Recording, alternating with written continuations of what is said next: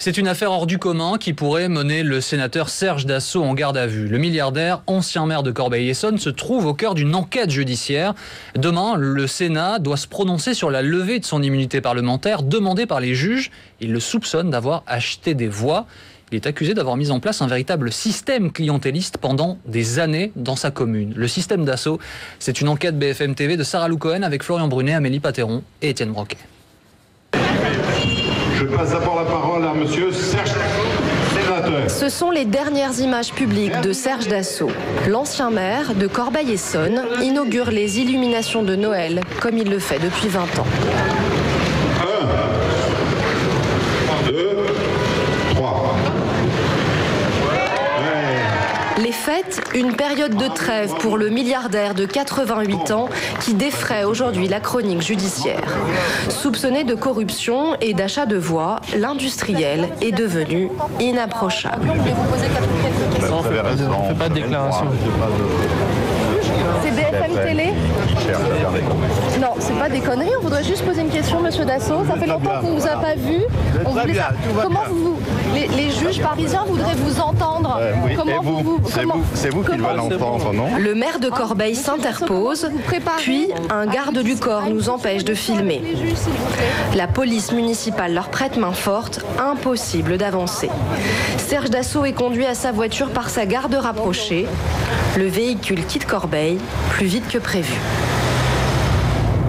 Pour comprendre ce climat de défiance, il faut revenir un an en arrière. Le 19 février, un habitant se fait tirer dessus ici en plein jour. Il s'appelle Fataou. Il est l'un des auteurs de cet enregistrement clandestin. On ne verse pas 1,7 million au Liban. Ce jour-là, le jeune homme piège Serge Dassault. Dans cette conversation, il est question d'argent. Écoutez, moi, je ne sais pas. L'argent a été donné. Je ne peux plus rien donner. Je ne peux rien sortir. C'est interdit. Pour Fataou, on a cherché à l'éliminer parce qu'il voulait dénoncer un système. Le truc, il est simple. Demandez à tout Corbeil. Votez Dassault, vous aurez de l'argent. Vous, on vous a donné de l'argent en 2009 que vous deviez redistribuer. C'est ça. On paye des loyers, des impayés de loyers, des téléphones, tout ça, quoi. Comment vous expliquez qu'on ait cherché à vous tirer dessus ? Vous voyez, il y a une poule aux yeux d'or. Elle a tellement donné d'argent, les gens ils en voulaient tellement quand tu veux balancer un truc, non, on t'élimine. Serge Dassault dément catégoriquement avoir commandité toute tentative d'assassinat. Mais un autre homme a été témoin de ces remises d'espèces. Joël Roret a travaillé pendant plus de 10 ans pour l'ancien maire Serge Dassault. Il s'occupait de la jeunesse, il est passé aujourd'hui dans l'opposition. Il confie avoir lui aussi un jour joué les intermédiaires. Il ne l'avait jamais dit avant. L'épisode date de 2003, il est édifiant. On m'a demandé effectivement de remettre à des jeunes que je connaissais des enveloppes. Voilà, surtout ceux qui étaient plus ou moins clandestins. Clandestins, c'est-à-dire même pour un interdit séjour sur le territoire, pour des faits intérieurs. Mais qui vous a demandé de le faire ? Le cabinet du maire. Le cabinet du maire. Et on vous a expliqué pourquoi ? En me disant, il faut que tu remettes ça, voilà, tu connais, etc., tu as les filières. On conteste à ma discrétion. Là, j'en parle aujourd'hui, je n'ai jamais parlé avant. Enfin, voilà. Moi, j'obtempère parce que difficile de faire autrement. Hein.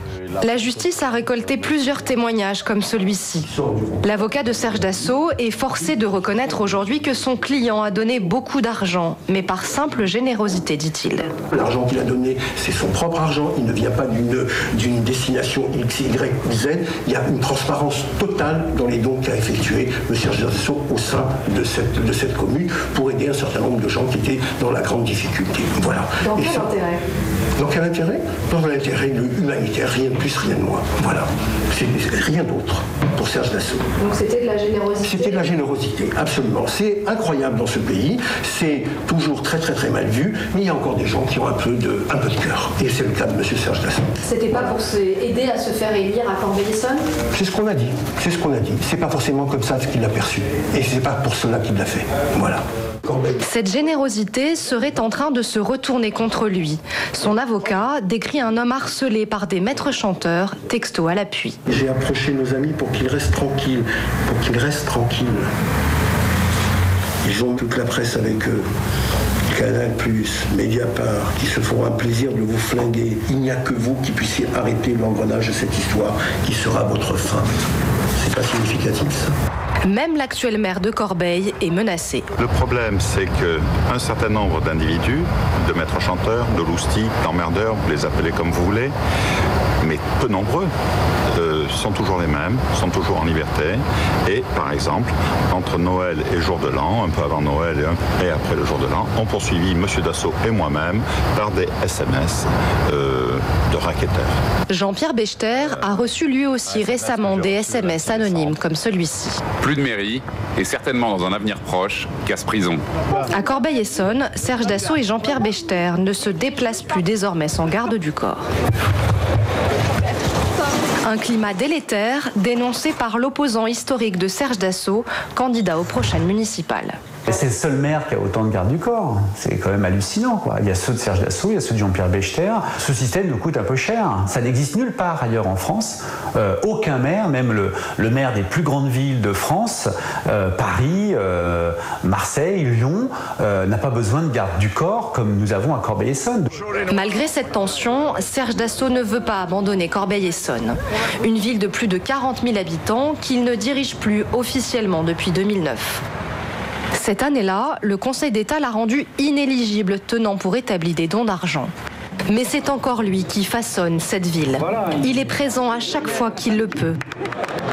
Accueilli en patriarche. Depuis 40 ans, il a cette ville chevillée au corps. Son père, Marcel, fondateur de l'Empire aéronautique, avait été député de l'Oise jusqu'à sa mort. Son fils a voulu lui aussi son fief.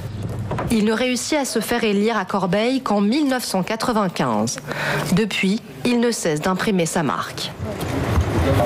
Serge Dassault a investi personnellement plusieurs millions d'euros dans cette commune. Pour s'en rendre compte, le député socialiste Carlos da Silva nous emmène faire un tour de la ville. Ce parc, il a de particulier qu'il a été acheté par Monsieur Dassault sur ses fonds personnels, avant qu'il le mette gracieusement, évidemment en le faisant savoir, à la disposition de la commune de Corbeil-Essonnes. L'église Saint-Étienne, c'est une église qui a été rénovée pour l'essentiel avec des fonds privés de Monsieur Dassault qui les a donnés au diocèse d'Évry-Corbeil-Essonnes. À Corbeil, les habitants sont partagés. Avec son argent, il a refait beaucoup de choses, comme les cités, comme la mairie qui avait brûlé. C'est surtout beaucoup de violence, ça, je tiens à le signaler. Nous, c'est torturé, on pisse à l'arrêt de tout le monde. Voyez.